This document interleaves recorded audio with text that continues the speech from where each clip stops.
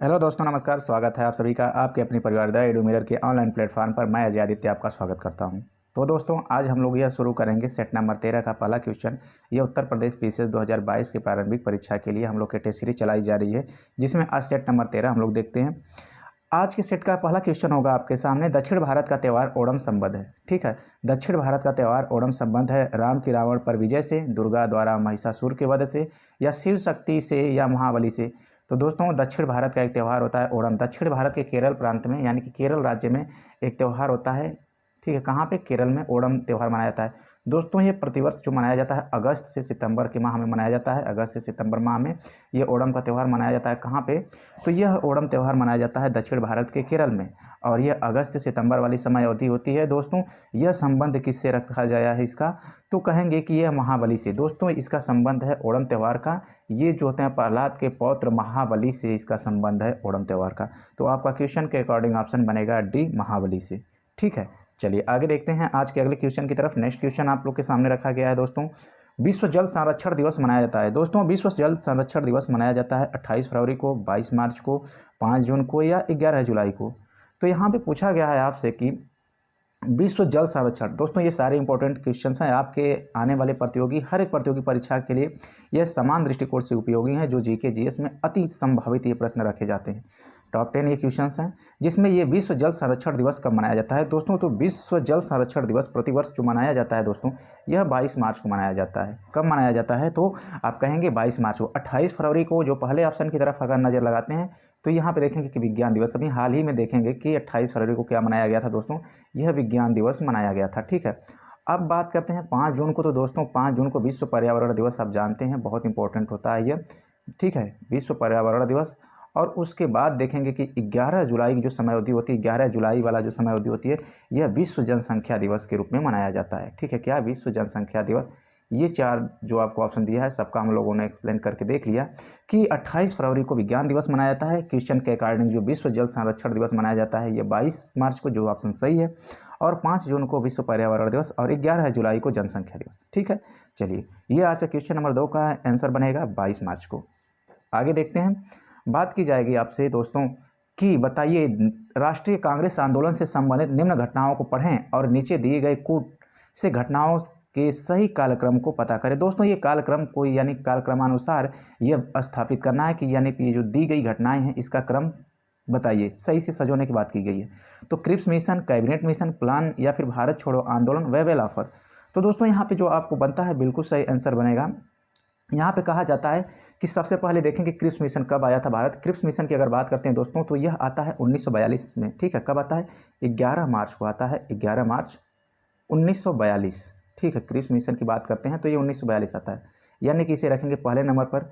दूसरे नंबर पे अगर देखते हैं तो दूसरे नंबर पे जो रखा जाएगा ये होता है भारत छोड़ो आंदोलन। ये भी 1942 में ही आता है, किंतु ये अगस्त के समय अवधि होती है। भारत छोड़ो आंदोलन की अगर बात करेंगे तो ये 9 अगस्त को शुरू हुआ था ना, 9 अगस्त 1942। तो ये दूसरे नंबर पे रखते हैं। ठीक है, अब उसके बाद देखेंगे कि वेवेल योजना की अगर बात करेंगे दोस्तों, वेवेल योजना की जब शुरुआत हुई थी तो ये अभी जून का और 1945 का समय अवधि होती है। और ये वेवेल योजना की जो बात होती है यह दोस्तों होती है यहाँ पे चौथे नंबर पर, यह 1945। कब होती है? 1945 जून की समय अवधि होती है, 14 जून का समय होता है। अब एक ऑप्शन बचता है, ऑप्शन जो बचता है यहाँ पे कैबिनेट मिशन। दोस्तों, कैबिनेट मिशन के प्रावधानों के तहत हमारे संविधान सभा में देखेंगे कि कई प्रावधान किए गए, और एक कैबिनेट मिशन जो भारत आता है आपका 24 मार्च। ठीक है, 24 मार्च 1946 को यह भारत आता है। दोस्तों, आपको बताना चाहेंगे कि यह जो 24 मार्च की समय अवधि होती है, अभी हाल ही में जूनियर शिक्षक भर्ती परीक्षा आयोजित कराई गई थी, और उत्तर प्रदेश पीसीएस जो प्रारंभिक परीक्षा 2021 में आपको यहाँ से क्वेश्चन देखने को मिलेगा, यह जो होता है 24 मार्च को आता है भारत। और उसके बाद यह अपनी रिपोर्ट जो प्रस्तुत किया था दोस्तों, यह अपनी रिपोर्ट आगे चलकर मई में किया था। वह मई में समय अवधि होती है 16 मई की। यह कैबिनेट मिशन अपनी रिपोर्ट जो प्रस्तुत करता है यह 16 मई 1946 को करता है। ठीक है, जबकि क्वेश्चन के अकॉर्डिंग आपका बिल्कुल सही ऑप्शन नंबर ए बनेगा। 1, 3, 4 और 2 सही मिलान करेंगे तो 1, 3, 4, 2 option number A is the right answer. आगे चलते हैं, आपका अगला क्वेश्चन होगा। आगे देखिएगा, कहा जाएगा कि प्रोटेम स्पीकर का कर्तव्य होता है। दोस्तों, प्रोटेम स्पीकर, देखिए दरअसल प्रोटेम स्पीकर की अगर बात किया जाए तो हमारे भारतीय संविधान में इसका कहीं उल्लेख नहीं है, किंतु इसका काम क्या होता है? स्पीकर की अनुपस्थिति में सदन की कार्रवाई का संचालन करना, या सदस्यों को शपथ दिलाना, स्थानापन्न रूप में स्पीकर का कार्य करना जब चुनाव की संभावना न हो, या फिर ऑप्शन नंबर डी केवल सदस्यों के चयन प्रमाण पत्रों को चेक करना। तो बताइए इनमें से कौन सी सही बात कही गई है चौथे पे। तो दोस्तों यह देखेंगे प्रोटेम स्पीकर का काम क्या होता है। तो हम लोग मोटे तौर पे देखेंगे यहाँ पे कि प्रोटेम स्पीकर क्या करता है। जब नई लोकसभा का गठन होता है तो उस लोकसभा में सदस्यों को शपथ दिलाना यह प्रोटेम स्पीकर का ही काम होता है। और यह प्रोटेम स्पीकर कब तक रहते हैं, जब तक कि लोकसभा के नए अध्यक्ष न चुन लिया जाए। जब नए अध्यक्ष चुन ले जाते हैं नई लोकसभा के, तो ये प्रोटेम स्पीकर का जो पद होता है स्वतः समाप्त कर दिया जाता है। अब ये बात उठती है ये प्रोटेम स्पीकर होते कौन है।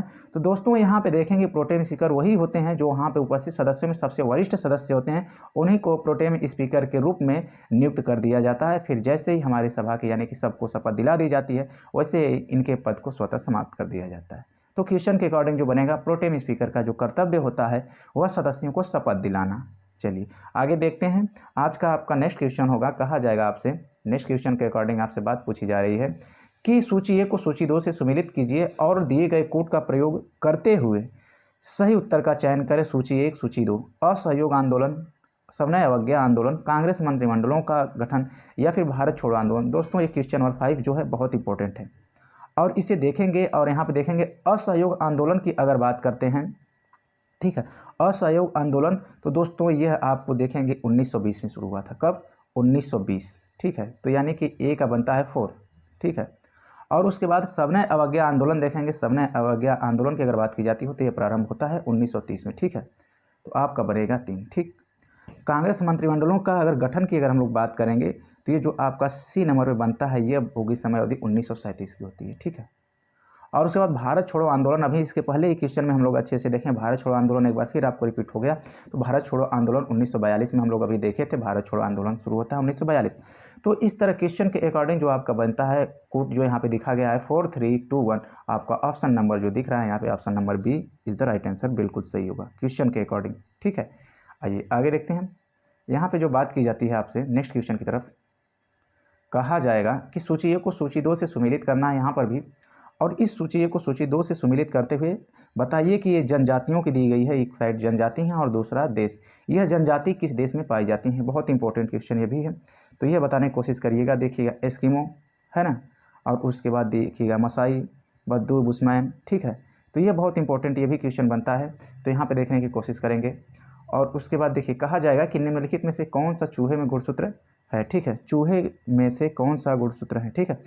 40 गुणसूत्र या फिर 46 या 26 या 80। तो दोस्तों यहाँ पे पूछा है चूहे का गुणसूत्र कितना होता है, तो आप कहेंगे कि चूहे का गुणसूत्र की संख्या जो होती है वो होती है 40। कितनी होती है? चूहे के गुणसूत्र की संख्या होती है वह 40 होती है। और 46 की बात करें 46, तो ये मनुष्य के गुणसूत्रों की संख्या होती है। किसकी होती है? तो 46 की अगर बात करेगा तो मनुष्य के गुणसूत्र की संख्या होती है। और 26 की अगर बात करता है तो दोस्तों 26 मेढक की होती है, ठीक है। मेढक के गुणसूत्रों की संख्या कितनी होती है? तो 26 होती है। और ऑप्शन नंबर डी पे आपको 80 दे रखा है। 80 जो होता है कबूतर, ठीक है। किसका? कबूतर, ठीक है, के गुणसूत्रों की संख्या कितनी होती है? 80 होती है। तो क्वेश्चन के अकॉर्डिंग चूहे का पूछा था आपसे, तो चूहे का बनेगा आपका ऑप्शन नंबर ए 40 होती है। चलिए आगे देखते हैं। अगला क्वेश्चन आपसे पूछा जाएगा, कहा जाता है कि साइटोलॉजी कहलाता है, ठीक है। साइटोलॉजी कहलाता है जीवाणुओं का अध्ययन, कोशिकाओं का अध्ययन या फसलों का अध्ययन या फिर जनसंख्या का अध्ययन। तो साइटोलॉजी दोस्तों कोशिकाओं का अध्ययन, ठीक है। कोशिकाओं का अध्ययन, ठीक है, क्या कहलाता है, यानी कि साइटोलॉजी। साइटोलॉजी कोशिकाओं का अध्ययन। जीवाणुओं का अध्ययन अगर बात करेंगे तो बैक्टीरियोलॉजी होता है, ठीक ना। ऑप्शन ए जो दिया है यह क्या होता है? बैक्टीरियोलॉजी। बैक्टीरियोलॉजी जो होता है दोस्तों यह आपके जीवाणुओं का अध्ययन कहलाता है। और फसलों का अध्ययन दिया है आपके आप तो सस्य विज्ञान, हिंदी में कहते हैं सस्य विज्ञान, फसलों का अध्ययन। और इंग्लिश में कहना चाहेंगे तो इसे एग्रोनॉमी कह सकते हैं। क्या होगा? एग्रोनॉमी, ठीक है। फसलों का अध्ययन क्या कहलाता है? एग्रोनॉमी।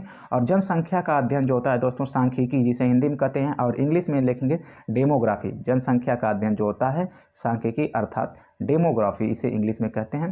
तो आपका ऑप्शन जो बना था क्वेश्चन के अकॉर्डिंग साइटोलॉजी कोशिका का अध्ययन कहलाता है, और जीवाणुओं का अध्ययन बैक्टीरियोलॉजी, फसलों का अध्ययन जो होता है यहाँ पे देखेंगे एग्रोनॉमी, और जनसंख्या का अध्ययन डेमोग्राफी, ठीक है। आइए आज के अगले क्वेश्चन की तरफ चलते हैं। आपका अगला क्वेश्चन होगा आज के सामने कि जठर ग्रंथियाँ की भित्ति में उपस्थित होती हैं। दोस्तों ये जठर ग्रंथियाँ आंत में या पेट में, यकृत में, इनमें से कोई नहीं। तो दोस्तों ये जठर ग्रंथियाँ देखिए इनका क्या होता है। ये जठर ग्रंथियाँ जो होती हैं रस को स्रावित करती हैं और यह क्या है, खाने को पचाती हैं। तो ये कहाँ पे पाई जाती है, कहाँ पे उपस्थित होती हैं? तो जठर ग्रंथियाँ दोस्तों पेट की भित्ति में उपस्थित होती हैं। ठीक है, तो आपका क्या ऑप्शन बनेगा? ऑप्शन नंबर बी बिल्कुल सही होगा। चलिए दोस्तों, आज देखते हैं आज का हम लोग अगले क्वेश्चन की तरफ अर्थात अंतिम प्रश्न की तरफ होंगे। और आज का अंतिम प्रश्न आप लोग के समक्ष प्रस्तुत किया गया है। यहाँ पे कहा जा रहा है कि निम्नलिखित में से कौन सा युग्म सही है? विटामिन ए रतौंधी, विटामिन B1 बेरी या विटामिन सी स्कर्वी। दोस्तों विटामिन ए की कमी से जो होता है यहाँ पे रतौंधी रोग होता है, बिल्कुल सही बात है। विटामिन B1 की कमी से कौन सा रोग होता है? बेरी होता है। और विटामिन सी की कमी से दोस्तों होने वाला रोग होता है स्कर्वी। इसलिए आपको उपयुक्त दिए गए तीनों कथन बिल्कुल सही सुमेलित हैं कि विटामिन ए से रतौंधी का रोग होता है, और विटामिन B1 की कमी से बेरी और विटामिन सी की कमी से होने वाला रोग जो होता है स्कर्वी होता है। यानी ऊपर दिया गया ये तीनों कथन आपका सही है, यानी कि उपरोक्त सभी सही हैं। आपका option number D is the right answer. इस तरह से दोस्तों आज के हम लोग के प्रश्नों की श्रृंखला थी, अति महत्वपूर्ण प्रश्नों को हम लोग आज देखें। आज के प्रश्नों की श्रृंखला यहीं तक रखते हैं, फिर मिलते हैं कल अगले सेट के साथ। जुड़ने के लिए धन्यवाद। थैंक यू दोस्तों। जय हिंद, जय भारत, नमस्कार, लव यू ऑल।